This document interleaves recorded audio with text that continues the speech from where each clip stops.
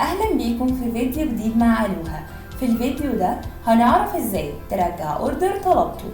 أول حاجة هندخل على الصفحة الرئيسية لألوها aluha.com.eg، وبعدين نختار منها حسابي، ومن حسابي ندوس على سجل طلباتي، وبعدها هيظهر لك تفاصيل طلبك.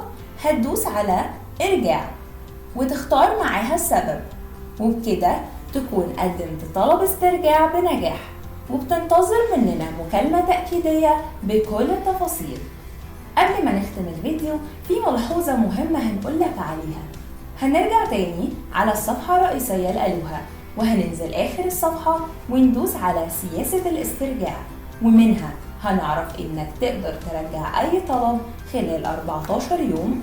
وكمان لو اشتريت منتجات إلكترونية تقدر برضو ترجعها خلال 30 يوم لو فيها عطلة أو مشكلة.